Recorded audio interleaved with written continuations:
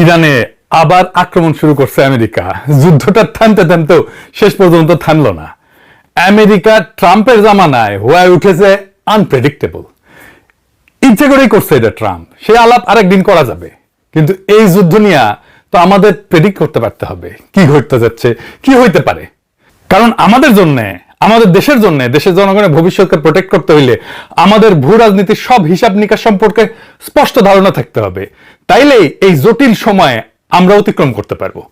এই যুদ্ধে Iran, America আর ইসরায়েলের শক্তি আর দুর্বলতাগুলা আমাদের খুঁটায় খুঁটায় জানতে হবে।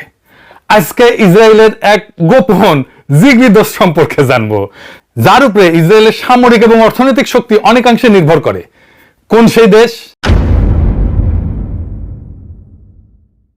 ইসরায়েলের সাথে ইন্ডিয়ার সম্পর্ক থাকবে, আমেরিকার সম্পর্ক থাকবে, পশ্চিমাদের সম্পর্ক থাকবে, এটা বোঝা যায় কেন থাকবে, আমরা বুঝি।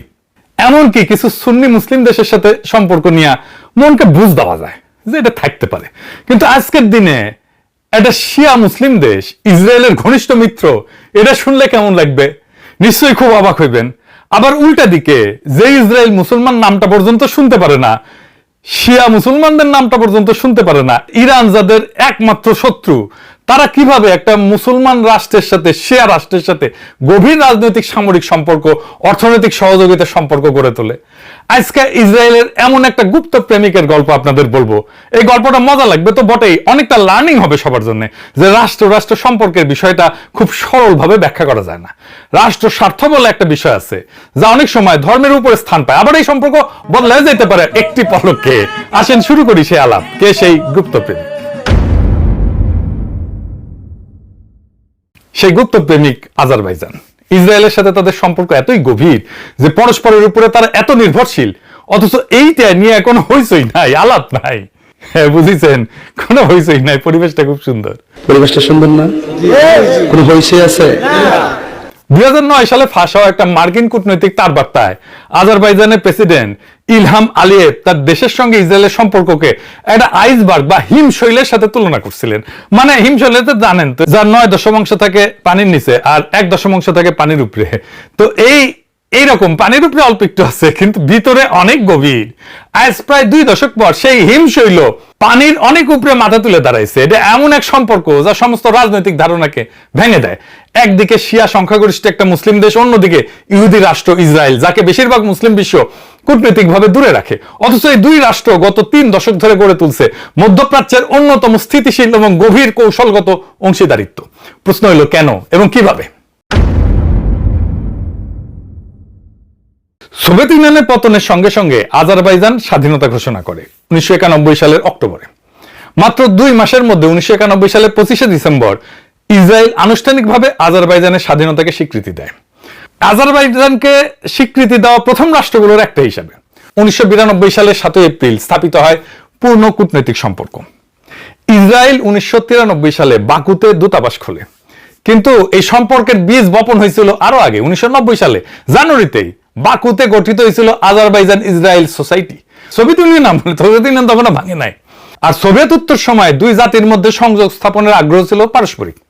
একটা গুরুত্বপূর্ণ সামাজিক ভিত্তি এখানে কাজ করছে, অবশ্য সেটা বলে রাখা ভালো। আজারবাইজানে ঐতিহাসিকভাবে 1500 বছর থেকে ইহুদিরা থাকে। ইহুদিরা কুবা জেলার কিরমিজি কাজাবাকে কখনো কখনো ককেশাসের জেরুজালেম নামে ডাকা হয়। এটা বিশ্বের অন্যতম প্রাচীন সংখ্যাগরিষ্ঠ ইহুদি বসতিগুলোর একটা। ঐতিহাসিকভাবে এইখানে ইউরোপের অন্যান্য দেশের মতো ইহুদি বিদ্বেষ কখনো ছিল না, যা দুই জাতির সহাবস্থানের একটা অনুকূল সামাজিক পটভূমি তৈরি করছিল। সম্পর্কের প্রথম বড় মোড় আসে 1997 সালে, যখন নেতানিয়াহু প্রথম ইসরায়েলি প্রধানমন্ত্রী হিসেবে বাকু সফরে যায় হেইদার আলিয়েভের, মানে এখন বর্তমান প্রেসিডেন্টের বাবা, কিন্তু ওর সঙ্গে সাক্ষাৎ করে। আর একটা গুরুত্বপূর্ণ মোড় 2010 থেকে 11 সালে, যখন আজারবাইজান সামরিক আধুনিকায়নের প্রয়োজনে ইসরায়েলি অস্ত্রের দিকে ঝুঁকে যায়। তো এখন প্রশ্ন হইল, এই যে একটা মুসলিম দেশের সাথে ইসরায়েলের সম্পর্ক, এই সম্পর্ক করতে কেন ধর্ম বাধা হইল না? এইটা গেল একটা ধাঁধা। একটা মুসলিম দেশ কিভাবে ইসরায়েলের সবচেয়ে নির্ভরযোগ্য মুসলিম বিশ্বের অংশীদার হয়ে উঠল? কয়েকটা কারণ আমরা দেখতে পারি। সোভিয়েত ইউনিয়নের এই কমিউনিস্ট উত্তরাধিকারের কারণে আজারবাইজান সাংবিধানিকভাবে কঠোরভাবে ধর্মনিরপেক্ষ। ধর্ম এবং রাষ্ট্র এখানে পৃথক, তাদের মতো আর কি। ধর্মীয় পরিচয় জাতীয় পররাষ্ট্রনীতির নির্ধারক হয় না, রাষ্ট্রীয় স্বার্থই মুখ্য। এইটা ইরানের ধর্মতান্ত্রিক শাসন ব্যবস্থার পুরো বিপরীত। আজারবাইজানের প্রেসিডেন্ট আলিয়েভের ইসলাম এবং ফিলিস্তিনের মতো ইস্যুর প্রতি বিশেষ কোনো আলাদা টান নাই, আলাদা আবেগও নাই। আর ইরানের সঙ্গে গভীর অবিশ্বাস আছে একটা আজারবাইজানের। এটাই আসলে মূল সম্পর্কের মূল চালিকা শক্তি। এখানে আসল গল্প। ভৌগোলিক ধর্মীয় নিকট্য সত্ত্বেও তেহরান এবং বাকুর সম্পর্ক দীর্ঘদিনের সন্দেহে ভরা। ইরানের দিক থেকে সন্দেহ কি? এটা জাতিগত আজেরি প্রশ্ন। মানে ইরানের বিপুল সংখ্যক জাতিগত আজেরি বাস করে। আনুমানিক ইরানের জনসংখ্যা 16 থেকে 18%, অনেক বড়। মানে আজারবাইজানের নিজের যে জনসংখ্যা তার 3 গুণ থাকে আজেরি জনগণ ইরানে। তেহরান আশঙ্কা করে যে এই আজারবাইজানি জনগোষ্ঠীর মধ্যে বিচ্ছিন্নতাবাদী অনুভূতি উস্কে দিতে পারে। দেও কিন্তু, আমরা এটা পরে দেখব। আজারবাইজান আবার নিজে আবার ভয় করে যে ইরানের বিপ্লব আবার আমার দেশে চলে আসে কিনা। আবার এবং ইরানের নেতারা কিন্তু আজারবাইজানি ইসলাম বিপ্লব রপ্তানির কথা বলছে। এটা আজারবাইজান ডরায়। ইনফ্যাক্ট ইরানের বিপ্লবের কারণে সোভিয়েত ইউনিয়ন ভয় পাইছিল যে ইরানের আশেপাশে থাকা মুসলমান প্রধান দেশগুলা ইসলামী বিপ্লব যেন না হয়ে যায়। সেই জন্য তারা আফগানিস্তানে আগ্রাসন চালাইছিল, একটা বাফার স্টেট চাইছিল। এই নিয়ে আমার একটা এপিসোড আছে, টাইম থাকলে দেখে নিয়েন। আবার ইরান আজারবাইজানের প্রতিদ্বন্দ্বী, ওটা কিন্তু খ্রিস্টান সংখ্যাগরিষ্ঠ আর্মেনিয়া, ওর সঙ্গে সম্পর্ক রাখছে, যা বাকুর চোখে ধর্মীয় সংহতির চাইতে ভূরাজনৈতিক প্রশ্নটাই সামনে চলে আসে। শত্রু শত্রু আমার বন্ধু, এই যুক্তি সম্পর্কের ভিত্তি। উভয় দেশ ইরানকে অভিন্ন হুমকি হিসেবে দেখে। আজারবাইজান কিন্তু অনেকের সাথে সম্পর্ক রাখে, ইসরায়েল ছাড়াও তুরস্ক, রাশিয়া, ইউরোপিয়ান ইউনিয়ন, এমনকি ইরানের সঙ্গে কিছুটা সম্পর্ক তার আছে। এই কৌশলগত স্বাধীনতা আজারবাইজানের ভূ রাজনৈতিক মূল্য বাড়াইছে। এখন দেখা যাক এই মৈত্রীতে দুই দেশ মানে ইসরায়েল আর আজারবাইজান কিভাবে উপকৃত হয়েছে। এই সম্পর্ক, ইসরায়েল আর আজারবাইজান সম্পর্ক, এটা প্রতীকী সম্পর্ক না, এটা অত্যন্ত বস্তুগত ম্যাটেরিয়াল সম্পর্ক। এর দুইটা প্রধান স্তম্ভ, জ্বালানি আর প্রতিরক্ষা। একে প্রায় অস্ত্রের বিনিময়ে তেল, এনার্জি ফর আর্মস এর অংশীদারিত্ব বলা হয়। ইসরায়েল কি পায়? জ্বালানি নিরাপত্তা পায়। আজারবাইজান ইসরায়েলের অন্যতম বৃহত্তম অপরিশোধিত তেল সরবরাহকারী। ইসরায়েলের তেলের আমদানির প্রায় 40% আসে আজারবাইজান থেকে। বাকু তিবলিসি জেইহান পাইপলাইনের মাধ্যমে। এটা কিন্তু পাইপলাইন আবার তুরস্কের মধ্যে দিয়ে যায়, এটা আমরা পরে আসবো আর কি। কাজাকিস্তানের সাথে মিলে বাকু ইসরায়েলের তেলের চাহিদার 60% বেশি মেটায়। ইসরায়েলে কিন্তু তেল নাই, ওটা তেলহীন দেশ। এই জন্য তেল ইসরায়েলের জন্য খুবই গুরুত্বপূর্ণ। ইরানের বিরুদ্ধে গোয়েন্দা উইন্ডো হিসেবে কাজ করে আজারবাইজান। আজারবাইজানের সঙ্গে ইরানের প্রায় 765 কিলোমিটারের দীর্ঘ সীমান্ত আছে। ইসরায়েলকে ইরানে উকি দেওয়ার জন্য এক অমূল্য একটা অবস্থান দেয়। এমনকি 1990 দশকে ইসরায়েল আজারবাইজানকে ইলেকট্রনিক গোয়েন্দা স্টেশন স্থাপনে সাহায্য করছিল।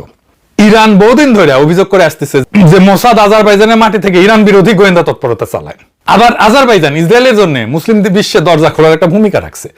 আব্রাহাম চুক্তির আগে বাকুতেই গোপনে ইসরায়েল ইউ কূটনীতিকদের বৈঠক হয়েছিল। এটা তুরস্ক ইসরায়েল সংকটও মধ্যস্থতা করছে। গাজা যুদ্ধের পর আন্তর্জাতিক বিচ্ছিন্নতার মুখে এই মুসলিম বন্ধু ইসরায়েলের কাছে আরো মূল্যবান হয়ে উঠছে। আচ্ছা, আব্রাহাম চুক্তিটা কি মনে আছে তো? আচ্ছা, মনে না থাকলেও সংক্ষেপে শুনতে অসুবিধা নেই। আসেন বুঝি আব্রাহাম চুক্তিটা কি, কারণ এটা দরকার আছে বোঝার। এইটা মধ্যপ্রাচ্যের একটা গুরুত্বপূর্ণ চুক্তি যেটা আমেরিকা করছিল মধ্যপ্রাচ্যের দেশগুলোর সাথে ইসরায়েলের। 2020 সালে আমেরিকার মধ্যস্থতায় ইসরায়েল এবং কয়েকটা আরব মুসলিম দেশের মধ্যে সম্পর্ক স্বাভাবিকীকরণের একটা ধারাবাহিক চুক্তি। প্রথমে সংযুক্ত আরব আমিরাত এবং বাহরাইন সেপ্টেম্বরে 2020-এ, পরে যোগ দেয় সুদান, মরক্কো। ট্রাম্প প্রশাসনের প্রথম মেয়াদে এটা ছিল অন্যতম বড় পররাষ্ট্রনৈতিক অর্জন। এই দেশগুলো ইসরায়েলকে আনুষ্ঠানিকভাবে স্বীকৃতি দিয়ে পূর্ণ কূটনৈতিক সম্পর্ক মানে দূতাবাস, বাণিজ্য, ফ্লাইট যাওয়া, পর্যটন এই সমস্ত শুরু করে। তো এটার তাৎপর্য কি? এর আগে দশকের পর দশক ধরে আরব বিশ্বের অলিখিত অবস্থান ছিল ফিলিস্তিন সমস্যার সমাধান না হওয়া পর্যন্ত ইসরায়েলকে স্বীকৃতি দেওয়া যাবে না। মিশর সম্পর্ক করছে 1979 সালে, জর্ডান করছে 1994 সালে। কিন্তু আব্রাহাম চুক্তি ওই যে সেই ঐক্যমত যে ফিলিস্তিন প্রশ্নে যদি পাশ কাটানো হয় তাইলে সরাসরি সম্পর্ক স্বাভাবিক করা যাবে না। এখন এই চুক্তি বলছে যে না, এটা ছাড়াও তুমি সম্পর্ক স্বাভাবিক করতে পারো। তো কেন চুক্তির নাম আব্রাহাম? আব্রাহাম মানে ইব্রাহিম থেকে আসছে আর কি। আব্রাহাম মানে নবী ইব্রাহিম থেকে আসছে আর কি, পিস বি আপন হিম। কারণ ইহুদি, খ্রিস্টান, ইসলাম এই তিন ধর্মে তাকে অভিন্ন পিতৃপুরুষ হিসেবে মানে। উদ্দেশ্য ছিল অভিন্ন উত্তরাধিকারের প্রতীক তুলে ধরা। তবে ফিলিস্তিন কর্তৃপক্ষ এটাকে পিঠে ছুরি মারা হিসাবে দেখছে, কারণ তাদের রাষ্ট্র প্রশ্নে কোনো অগ্রগতি ছাড়াই আরব দেশগুলো ইসরায়েলের সাথে সম্পর্ক করছে। তো এই সম্পর্কে আজারবাইজান আসলে কি পায়? 1 নাম্বার, আজারবাইজান অত্যাধুনিক অস্ত্র পায়। স্টকহোম ইন্টারন্যাশনাল পিস রিসার্চ ইনস্টিটিউটের তথ্য মতে 2016 থেকে 2020 সালে এই সময়ের মধ্যে আজারবাইজানের মোট বড় অস্ত্র আমদানির প্রায় 69-70% আসছে ইসরায়েল থেকে। এই সময় প্রেসিডেন্ট আলিয়েভের ভাষ্য মতে বাকু প্রায় $5 বিলিয়ন অস্ত্র এবং সামরিক প্রযুক্তি কিনছে, যার মধ্যে ছিল কুখ্যাত আত্মঘাতী ড্রোন যার নাম ছিল হারপ এবং হারমেস অ্যারোস্টার ড্রোন। 2023 সালে প্রায় $1.5 বিলিয়ন বারাক MX ক্ষেপণাস্ত্র প্রতিরক্ষা ব্যবস্থা এবং $120 মিলিয়ন দুইটা স্যাটেলাইট কেনার চুক্তিও হয়। আপনারা জানেন যে আর্মেনিয়ার সাথে আজারবাইজানের দায় কুমড়ায় সম্পর্ক, ইন্ডিয়া পাকিস্তানের মতো। কয়েকটা যুদ্ধও কিন্তু হয়েছে। 2020 সালে দ্বিতীয় কারবাক যুদ্ধে 44 দিনের মতো ছিল। মূলত ইসরায়েল ড্রোন দিয়া আর্মেনিয়ার বিরুদ্ধে আজারবাইজান জিতা যায়। ইসরায়েল আজারবাইজানি সেনাদের প্রশিক্ষণও দেয়। আজারবাইজান তার ইসরায়েল বন্ধুত্বকে কাজে লাগাইছে, মার্কিন ইহুদি লবি এবং কংগ্রেসে প্রভাব বাড়াইছে। এক ইহুদি ধর্মীয় নেতার ভাষায় আজারবাইজান আমেরিকান ইহুদি নেতৃত্বের অন্যতম প্রিয় দেশ হয়ে উঠছে। আজারবাইজান এটা কেমনে করছিল জানেন? ঘুষ দিয়া, লবিং করিয়া। 2017 সালে ওই একটা কেলেঙ্কারি ফাঁস হয়। সে কেলেঙ্কারির নাম আজারবাইজানি লন্ড্রোম্যাট কেলেঙ্কারি। কি হয়েছিল জানেন? 2012 থেকে 14 সালে বাকু $2.9 বিলিয়ন, প্রায় $3 বিলিয়ন একটা তহবিল তৈরি। 3 বিলিয়ন পশ্চিমা রাজনীতিক, সাংবাদিক, শিক্ষাবিদদের ঘুষ দিয়া আজারবাইজানকে বহু সংস্কৃতিবাদের রোল মডেল এবং ইসরায়েল ইহুদিদের বিশ্বস্ত মুসলিম বন্ধু এই হিসাবে তুলে ধরার জন্য পোডেস্টা গ্রুপকে মাসে $60,000 দিয়া আইপ্যাক এবং JINS এর মতো ইসরায়েলপন্থী গোষ্ঠীর সঙ্গে যোগাযোগ করা হয়েছিল। এভাবে সমস্ত ন্যারেটিভ আর ভাবমূর্তি নির্মাণের রাজনীতি করা হয়েছিল। অনেকদিন ধরে ডিপ রিলেশনে থাকার পরে বিয়ার বাদ্য বাজলো, এডিটর সাহেব বিয়ার বাদ্য বাজা। তারপরে কি হইল? দীর্ঘদিন আজারবাইজান ইসরায়েলের দূতাবাস খোলেনি, সম্পর্ক গভীর হইলেও লো প্রোফাইলে রাখা হয়েছিল। 2023 সালের 29 মার্চ এই কৌশল বদলায়। আজারবাইজান তেল আবিবের দূতাবাস উদ্বোধন করে। প্রথম শিয়া সংখ্যাগরিষ্ঠ দেশ হিসেবে ইসরায়েলে দূতাবাস ওপেন করা হচ্ছে।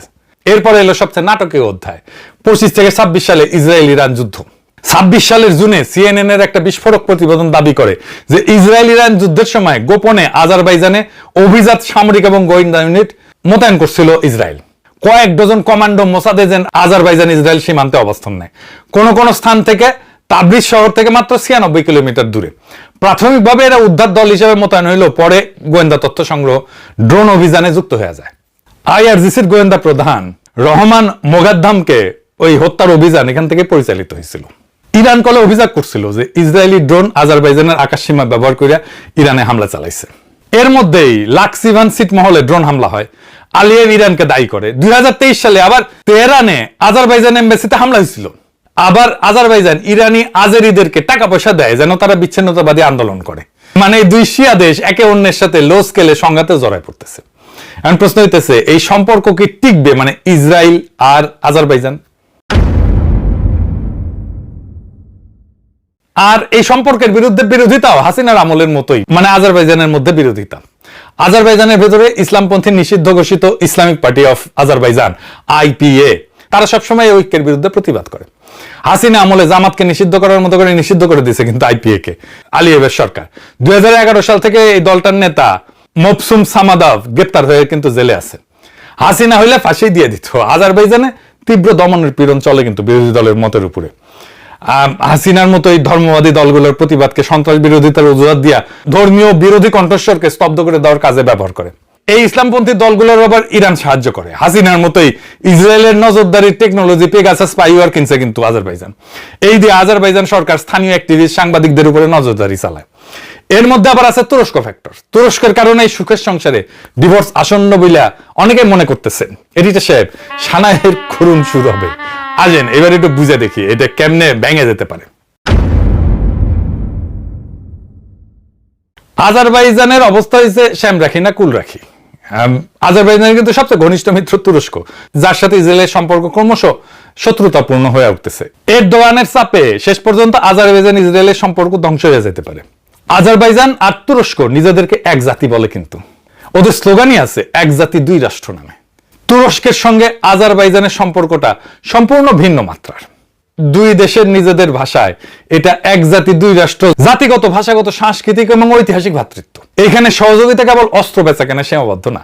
2020 সালের কারবাক যুদ্ধে তুরস্ক শুধু অস্ত্র দেয়নি, সরাসরি সামরিক প্রশিক্ষণ দিছে, রাজনৈতিক পলিটিক্যাল কভার দিছে, কূটনৈতিক সাহায্য করছে, এমনকি যোদ্ধা সরবরাহে যুক্ত ছিল। আর সবচেয়ে বড় কথা, দুই দেশের মধ্যে একটা আনুষ্ঠানিক প্রতিরক্ষা জোট আছে 2021 সালে সুসা ঘোষণা বলে, যেখানে একে অন্যকে রক্ষার অঙ্গীকার আছে। ইসরায়েলের সঙ্গে এরকম কোনো জোট নাই কিন্তু আজারবাইজানের। আজারবাইজান এখন শ্যাম রাখি না কুল রাখি দশা হয়েছে, তার কিছু কিছু সাইন দেখা যাইতেছে। কিন্তু ইসরায়েল তার নিজের একজন নাগরিককে রক্ষা করতে পারেনি আজারবাইজানের হাত থেকে। আসেন ওই গল্পটা দেখে, এটা বুঝে দেখা দরকার। অনেকে হয়তো জানে না, ছোট গল্প এগুলো সাইড লাইনের গল্প, কিন্তু এটা জানা দরকার। আলেকজান্ডার লাপশিন, ইসরায়েলি রুশ এই ব্লগার, পৃথিবীর নানা দেশে ঘুরে বেড়ায় আর কি, লেখালেখি করে, ভিডিও টিডিও তোলে, ছবি টবি তোলে। 2011 থেকে 12 সালে ও 2 বার গেছিল এমন একটা জায়গায় যা আজারবাইজানের কাছে ছিল নিষিদ্ধ, নাগরেনো কারবাখে, আর্মেনীয়দের নিয়ন্ত্রিত বিতর্কিত অঞ্চল। আজারবাইজানের অনুমতি ছাড়া ঢোকা মানে আজারবাইজানের চোখে এটা অপরাধ। লাপশিন সম্মত ভাবছিল যে হ্যাঁ এমন কি, কিন্তু আজারবাইজান ভোলেনি। 2016 সালের ডিসেম্বরে লাপশিন যখন বেলারুশে ছিল, তখন আজারবাইজান বেলারুশকে অনুরোধ করে যে তাকে যেন গ্রেপ্তার করা হয়। তারপরে শুরু এক অদ্ভুত টানাপোড়েন। ইসরায়েল প্রতিবাদ জানায়, কারণ লাপশিন তো তাদেরও নাগরিক, কিন্তু সে প্রতিবাদ কাজে আসেনি। বেলারুশ তাকে তুলে দেয় আজারবাইজানের হাতে। আজারবাইজানের আদালত 3 বছরের কারাদণ্ড দেয়। তারপরে সব ঘটে একটা ভয়ঙ্কর ঘটনা, কারাগারের ভেতরে লাপশিনের উপরে হামলা হয়, বাংলাদেশের মতো ঘটনা আর কি। তাকে সংকটজনক অবস্থায় হাসপাতালে নিতে হয়, মারাই যেত প্রায়, বাইসে উঠছে কোনো মতে। বছর 5 পরে 2021 সালে ইউরোপীয় মানবাধিকার আদালত রায় দেয় যে আজারবাইজান লাপশিনকে বেআইনিভাবে আটক করছিল, নির্যাতন করছিল, জেলের মধ্যে হামলা করছিল, এমনকি তাকে হত্যার চেষ্টা করছিল। আবার গাজায় 7 অক্টোবর 2023 ইসরায়েলের অব্যাহত বোমা বর্ষণের পরে আজারবাইজান কঠিন অবস্থানে পড়ে। প্রকাশ্যে ইসরায়েলের নিন্দা না করলেও আলিয়েভকে বলতে হয়েছে গাজার ট্র্যাজেডি বন্ধ হওয়া উচিত। এমনকি এসোসিয়েআর বিবৃতি দেয়, দাবি করে। ও আচ্ছা, ভালো কথা, এসোসিয়েআর মানে কি জানেন তো? এসোসিয়েআর হইল আজারবাইজানের রাষ্ট্রীয় তেল কোম্পানি, পুরো নাম state oil company of the Azerbaijan Republic. এরা বিবৃতিতে বলছে যে তারা ইসরায়েলে সরাসরি তেল বিক্রি করতেছে না, নিছক পাইপলাইন চুক্তির শর্ত পূরণ করতেছে। হ্যাঁ, আবার দেখেন, মানে এই এসোসিয়েআর ইসরায়েলের তামার গ্যাস ক্ষেত্রে 10% শেয়ার কিনছে। এই তামার গ্যাস কেন্দ্র কিন্তু ইসরায়েলের বিদ্যুতের একটা বড় অংশ যোগায়। অর্থাৎ আজারবাইজান কেবল তেল বিক্রেতা না, ইসরায়েলের জ্বালানি অবকাঠামোর মালিকানাতেও ঢুকে গেছে আদানির মতো, বুঝে যাও। এই তেল আবার ইসরায়েলে যায় তুরস্কের উপর দিয়া, এই এক পাইপলাইন দিয়া। কে কার ধুলায় অন্ধকার। গাজা যুদ্ধের তীব্রতম সময় আজারবাইজান তেল সরবরাহ বন্ধ করেনি, বরং 2023 থেকে 2024 প্রথমার্ধে ইসরায়েল তেল রপ্তানি প্রায় 55% বাড়াইছে। সম্পর্ক এই মুহূর্তে ঐতিহাসিক শীর্ষে। 2026 সালের জানুয়ারিতে ইসরায়েলি পররাষ্ট্রমন্ত্রী বলছে দূতাবাস খোলার পরে সম্পর্ক নাটকীয়ভাবে ঘনিষ্ঠ হয়েছে। যদি ইরানের শাসন বদলায়, যদি ইরানের যুদ্ধ দীর্ঘায়িত হয়, বা তেহরান ওয়াশিংটন সম্পর্ক যদি স্বাভাবিক হয়ে যায়, দুইটা ক্ষেত্রেই, তাহলে ইসরায়েলের কাছে আজারবাইজানের কৌশলগত মূল্য কমে যাবে। ইসরায়েল যদি আবার ইরানি তেল কিনতে পারে, আজারবাইজানের জ্বালানি গুরুত্ব কমে যাবে। ইরানের শক্তি যদি কমে যায়, যুদ্ধ যদি দীর্ঘায়িত হয়, বা ইরান যদি ধরেন পরাজিত হয়ে যায়, আল্লাহ না করুক, তাইলে তুরস্ক ইসরায়েলের প্রধান ভূ রাজনৈতিক প্রতিপক্ষ হয়ে উঠবে। আমার বিশ্বাস এইটা। তাইলে আঙ্কারার সাথে বাকুর ঘনিষ্ঠতা প্র্যাকটিক্যালি রাখা যাবে না। ইরান যুদ্ধ যদি মারাত্মক আকার ধারণ করে, বিপুল জাতিগত আজেরি শরণার্থী আজারবাইজানে ঢুকতে পারে, যা বাকুর জন্য বিরাট বোঝা হবে। ওদের জনসংখ্যা 3 গুণ বেশি লোক। এই সংকটে আজারবাইজানের সবচেয়ে বেশি নির্ভর করবে তুরস্কের উপরে, ইসরায়েল না। কেন? লক্ষ লক্ষ জাতিগত আজেরি শরণার্থী সীমান্তে, কিংবা আজারবাইজান নিজেই সামরিক হুমকির মুখে। এমন অস্তিত্বগত সংকটে আজারবাইজানের আসলে যেটা দরকার, এটা হইতেছে স্থল সীমান্তে প্রকৃত সামরিক ব্যাকআপ এবং সেনা, যা কেবল প্রতিবেশী তুরস্ক দিতে পারে। ভৌগোলিকভাবে দূরের ইসরায়েল না, ইসরায়েল ড্রোন পাঠাইতে পারবে, কিন্তু সীমান্তের ট্যাঙ্ক আর সৈন্য পাঠাইতে পারবে না। রাজনৈতিক এবং কূটনৈতিক ছত্রছায়াও তুরস্ক দিতে পারবে। তুরস্ক একটা ন্যাটো সদস্য, বড় আঞ্চলিক শক্তি, যে আজারবাইজানের হয়ে আন্তর্জাতিক মঞ্চে দাঁড়াইতে পারে। আবার ইরানের মতো প্রতিবেশীকে সরাসরি প্রতিরোধ করার সক্ষমতা আঙ্কারার আছে। জোট এবং চুক্তির বাধ্যবাধকতা তো আছেই। তুরস্ক তো আইন এবং রাজনৈতিকভাবে আজারবাইজানকে রক্ষায় প্রতিশ্রুতিবদ্ধ। ইসরায়েলের এমন কোনো দায় নাই। ইসরায়েল সাহায্য করবে যতক্ষণ আজারবাইজান নিজের ইরান বিরোধী স্বার্থে কাজে লাগে। আসল কথা হইতেছে ইসরায়েল আজারবাইজানের সুবিধার অংশীদার, পার্টনার অফ কনভিনিয়েন্স। আর তুরস্ক তার নিরাপত্তার গ্যারান্টার, সিকিউরিটি গ্যারান্টার। শান্তির সময় দুটোই মূল্যবান, কিন্তু প্রকৃত সংকটে অস্ত্র বিক্রেতার চাইতে ভাতৃপ্রতিম জোটই বেশি নির্ভরযোগ্য। তো এই হইল ইসরায়েলের গুপ্ত প্রেমিকের গল্প। এখন প্রশ্ন হইল, এই গল্প থেকে আমরা কি শিখলাম রাষ্ট্র হিসেবে, জাতি হিসেবে? একটা শিয়া মুসলিম দেশ, যার ইরানের সাথে ধর্ম মেলে, ভাষা মেলে, সীমান্ত মেলে, সেই কিনা ইসরায়েলের সবচেয়ে বিশ্বস্ত মুসলিম বন্ধু। আবার ইরান দেখেন, একটা মুসলিম রাষ্ট্র, সে খ্রিস্টান আর্মেনিয়া রক্ষায় পক্ষ নেয়, ধর্ম এখানে যত না নিয়ামক, তার চেয়ে অনেক বেশি নিয়ামক রাষ্ট্রের স্বার্থ। এটাই আন্তর্জাতিক রাজনীতির নির্মম সত্য। এখানে কোনো স্থায়ী বন্ধু নাই, স্থায়ী শত্রু নাই, আছে শুধু স্থায়ী স্বার্থ। মুসলিম অমুসলিম, শিয়া সুন্নি এই সমস্ত পরিচয়ের গল্প দিয়া রাষ্ট্রের আচরণ ব্যাখ্যা করতে গেলে আপনি বারবার ধরা খাবেন। রাষ্ট্র চলে ঠান্ডা মাথার হিসাব নিকাশে, তেল, অস্ত্র, নিরাপত্তা, ভূ রাজনীতি, আর এই সম্পর্কের ভবিষ্যৎটাও সেই হিসাবেই বাধা থাকে। আজ যে আজারবাইজান ইসরায়েলের সম্পর্ক হিমশৈল হইয়া পানির উপরে মাথা তুলে দাঁড়ায় আছে, সেটা দাঁড়ায় আছে একটাই খুঁটির উপরে, অভিন্ন শত্রু ইরান। যেদিন সেই শত্রু থাকবে না, সেদিন হিসাব বদলায় যাবে, সেদিন এই প্রেমও ফিকা হয়ে আসবে। বাকুর আসল বর্ষা তখন দূরের অস্ত্র বিক্রেতা ইসরায়েল হবে না, বরং পাশের ভাই তুরস্ক হবে। কারণ বিপদের দিনে অস্ত্র বেচা বন্ধু কাজে আসে না, কাজে আসে রক্তের সম্পর্ক আর জোটের অঙ্গীকার। শিলং সালাউদ্দিনের যে গল্প শোনায় না, ভূ রাজনীতির সহজ পাঠ, স্ত্রী পাল্টানো যায়, প্রতিবেশী পাল্টানো যায় না।